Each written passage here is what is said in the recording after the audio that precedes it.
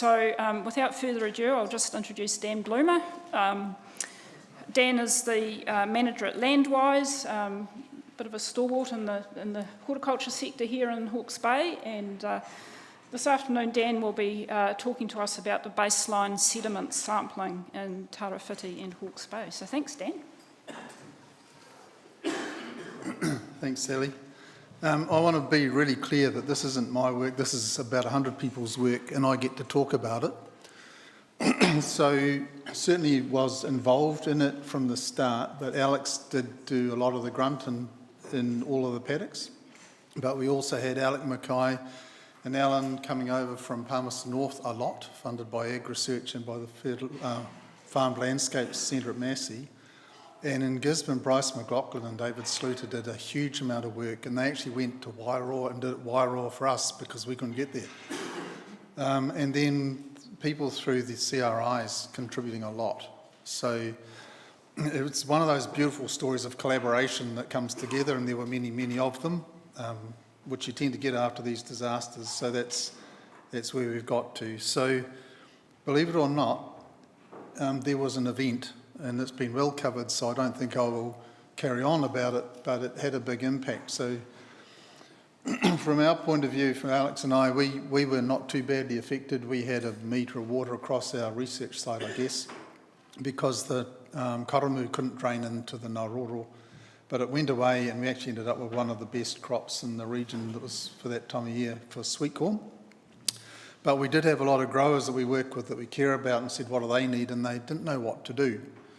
So we didn't know what to do either, so we put out a kind of an all-help message to everybody on my network, which is surprisingly large after this number of years, and we got a huge response, which we tried to collate and make into something coordinated, but it was mostly about pasture.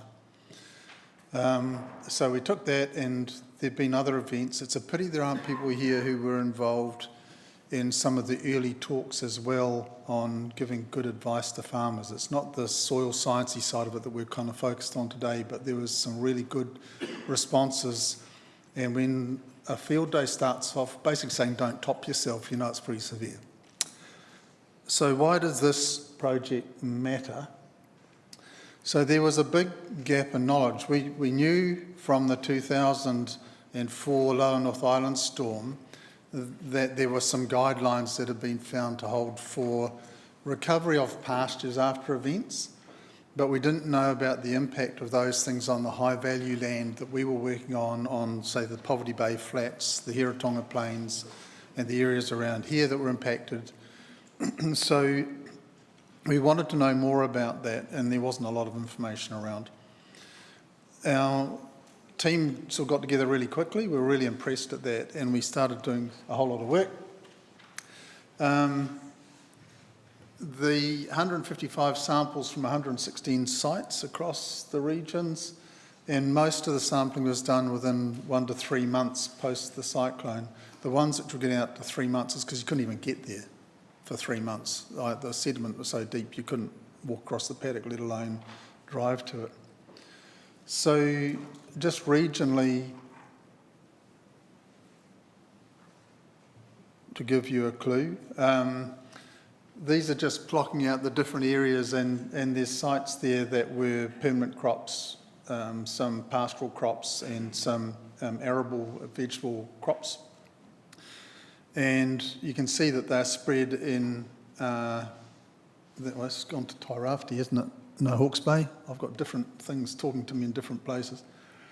Hawke's Bay was basically from Esk Valley down to Otani or near Waipawa. The folks in Te Tairawhiti got right up past Ruahapia and worked their way back down through to Wairanga, and then also, as I mentioned, they went to Wairoa and got some sediment sampling done there. And how did we do it? So because the 2004 work was strongly based around sediment depth and texture, that became part of our thinking right from the start, but we wanted to understand more about it. So we added on to that measurements about bulk density, and we looked at the visual soil assessment protocol. If you just imagine for a moment picking up 2 or 4 litres of soft ice cream and dropping it onto the ground. It doesn't do a very good VSA test. It goes, and it's really hard to then sort that out into lumps on a fertiliser bag, because all you've got is mousse that's fallen from a height. So some of the early VSA results aren't sort of what you'd expect for a VSA result. They're just what happens if you drop mousse. But later on it became quite useful, and some sites we could get some decent things out of it. We looked at the chemical properties, so the standard nutrient sort of testing. At a number of sites we did contaminant testing, and I'll look at that in a moment. And we did a little bit more than just the standard VSA on the earthworms, on their abundance and on the diversity of those. And we also looked a little bit for E. coli presence. So why depth? Well, that comes back to the findings from 2004, Valentine and others saying, well, you know, that's going to impact on your management decisions. And it's very much what Stephen talked about earlier, of these are the depths and how you do it. If it's over this, you can't do much. So in our world, where we work most of the time in the cropping sector, if it's more than about 20 centimetres deep, you're not really going to incorporate it with the underlying soil very easily. Whereas if it's shallower than that, you probably can. So it's got implications in there. What we found was that the texture did vary across and down the catchments. And this, I guess in some ways it's to be expected that sediment deposition depends on water velocity, right? So the fast water, you get the big heavy lumps dropping out, and slow water it's got to sit there for a while for the clay to fall out. So you'd expect there to be coarser sediments at the tops, and you expect there to be finer sediments at the bottoms. And that's pretty much what we found. The Tutaikuri Naroro, generally silt loam to silty clay loams. Esk Valley was fine to medium sands throughout, and that's mainly because where it collapsed up in the hill country, it's just sand. Like if you look at the profile of the road cuttings, they are unconsolidated sands, and they let go and they came down the river and made a big mess. And Waipawa, or Otani, which I refer to as Lake Drumpeel, that's quite different because the main river the Waipawa jumped out of its normal course and went down an old course, but the farmland that we were looking at was off to one side where it actually flooded back into the peak country. So it sat there for ages and ages and ages, and so you had the silty fines and the clays dropping out on top of a base of peat. So you'll see in the next slides that Waipawa, we call it, but it's Otani area, stands out from the others, and it's because of this underlying impact. So some of the sampling was pure sediment, some of it was sediment plus the underlying soil. So it was whatever we found in about 20 centimetres for VSAs or 15 for the nutrient sampling. So looking at these, where you see just a dot with a line on, that's not because everything was the same, it's because there was only one or maybe two examples in that space, right? So what this is really saying is that there was quite a spread that we found, and it did vary a little bit by different catchments and things like that, and little bits of difference between what we found in the standard Hawke's Bay stuff and in the Tairawhiti stuff. So the sandy sediments had a higher bulk density and the silty clays had a lower bulk density. And most of the scores where we could even get a sensible VSA were poor to moderate, certainly not brilliant. And that's what you'd expect of loose, deposited sediments which haven't consolidated, so you've got no structure in there at all. We assumed that structure would improve with management and time. In future, I would add the Slake's aggregate stability test on to this, because work that Olivia and I have been doing over the last couple of years shows it's an absolute cracker to look at aggregate stability, and it costs you basically 5 minutes of time rather than $250. So it would be a good one to add, I think. There was an interesting relationship, I guess, between water content and bulk density, a negative correlation in there. And it's to do with the way that the water and the sediments are holding themselves together. And I'm talking again later on about coming back to these sites after a year or two. And I'll come back to this thing again. But the fine textures were holding on to more water, and the coarser textures could drain faster. But as the sediment drains and collapses, then it starts to fill voids and things change. But some of this is complicated because at certain sites, it seemed that when the sediments first came in, or when the floodwaters first came in, a very fine layer of material sealed a lot of pores off at the surface interface. And so we had examples where you had slush sitting on top of a soil that needed irrigating. So it was actually a waterproof layer. And I know in Gisborne we've seen this before, especially around Clark's place, where floodwater just seals the soil off and you end up with new pan layers built into the soil as a result of just fines filling up the porosity that was there.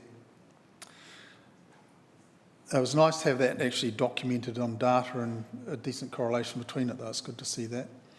pH was elevated across everything in all regions except for Otani, where it's peaked. So that's the thing there. So typically the sediments were higher than you'd want for cropping. There was reduced availability of macronutrients, reduced availability of some of the trace elements, and I guess this is to be expected when you've got raw materials being dumped on the ground. So that's that bit there. If we look at some of the other things, the Olsen P, so what we've got here is the green band is the agronomic optimum for typical crops that we'd be looking at. So your Olsen Ps are lower than you'd really want, and your potassium's probably a bit variable, but sometimes very low. The organic matter was, in the sediments, was definitely very low, and the available N was very low, which is again what you'd expect given the mix of material that you've got there. The high pH also locks up a lot of nutrients, making them unavailable for plants even if they are there, so that's a problem, and for things like iron and zinc that would make an impact. So if it was going to stay like that, growers would have to think about acidifying amendments, but is it going to stay like that is the question at this stage. Where have I got to now? This is Gisborne data. So it's the same data for Gisborne rather than Hawke's Bay. And again, Olsen P is really low, potassium's typically low, and your organic material definitely getting down on the low end of where you'd want to be. So they all suggest that some kind of nutrient management is required. There's a curious one around the sulphur that had us sort of scratching our heads for a long time. In fact, I'm still scratching mine. But the sulphate sulphur levels were through the roof, where the extractable organic sulphur was way, way low. And the best example or best explanation for this comes from Mike Headley, who's seen this in other places as well. And as Alan explained it to me again, as the iron gets reduced, it actually releases the sulfates and things as well, so that can have an impact on seeing those high levels. So maybe that's the thing that we expect to see in the future, but around our Awatoto area, people seeing high sulphur levels had a big panic attack because they assumed that the fertiliser works had spilt 15 trillion litres of sulphuric acid into their farms and things like that. And there was proof of that because people who were using metal tools to try and dig sludge around their houses found they rusted in about 5 minutes. But I don't think we should blame the fertiliser works for that. I think it's just the way things is. But you know what we're like when we have a theory and we find some evidence to support it. We're pretty good at jumping at it. The chemical contaminations were interesting. So there's 4 sites we did a really, really exhaustive contamination testing on. And because we don't understand what the results mean, we went to the people who do at ESIR and places like that. But if you look at those numbers there, you can see that you get worried if it's over 368 for alachlor and we got 0.082. So you're many orders of magnitude below what you would consider to be toxic levels. So Chris Heary's had done some sampling just straight after the thing and found that there wasn't a bit of an issue, but it wasn't really an issue either because people were worried about spray sheds and things like that. But when you have 15 trillion litres going through your spray shed, the dilution has dealt with most of it. So you'd be more worried, I think, if you were fishing off Mahia than if you're digging in the soil around Hastings. We did find elevated copper at one site, and it was a site that was 50% sediment and 50% soil underneath, and it had a history of organic cropping. So that says something or other about that land use. So generally speaking, we would say that the sediments weren't a worry at all. So be happy about that in terms of those sorts of issues. Biological contamination, 12 of the 14 sites did exceed the numbers for faecal coliforms. And again, that's probably not surprising. It partly depends on where we took the things, but you've got the faecals potentially from birds that were sailing around and landing on the muddy swamps and pooping in the place, or sheep off the hill country that washed down, or in the case of the area around Miani, a lot of the water had come across a sheep farm, and then there were sheep bodies as well as just E. coli lying around the farm, so you'd expect to get that. The issue is whether or not those were markers for Cryptosporidium and Giardia and some of those sorts of things, but the concentrations were pretty high and they remained high a month after the event, so maybe that's something to think about.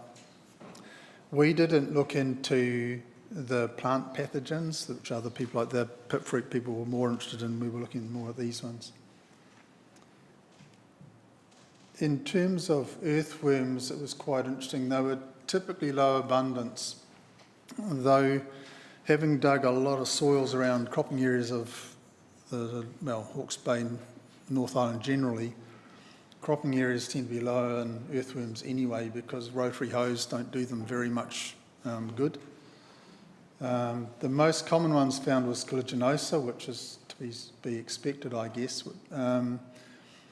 There were typically lower abundance where there was deeper sediment and higher abundance where there's lower sediment. But every now and then you'd come to a site and you dig away this much by this much for a VSA and find that there was just earthworms crawling everywhere, sort of through the debris of the crop before. So they were feeding off that very much decaying, dying, oxidising or reducing vegetative material just below the sediment. And if you went back later on, they would sort of burrow up through it. And every now and then we found some beautiful examples of oxygen getting back into soil where you take a lump of horrible looking soil, break it open, there's a wormhole through the middle, and for nearly 5 to 6, 7 millimetres on all around the hole it had gone orange again, and the rest was still dead grey. So the earthworms where they were there were playing a vital function and getting the oxygen back into the soil if they could do it. But I guess the important thing is that there were some populations there that we could use for recolonisation. Northland had a totally different thing, so it didn't really have sediment, it just got wet for a long time. And they'd had wet, and they kept on getting wet, but they had it for about 5 years, so that's that. Farm management responses did respond the same to some degree, like the people said from 2004. The cropping farmers we worked with did a whole lot of different things to deal with it.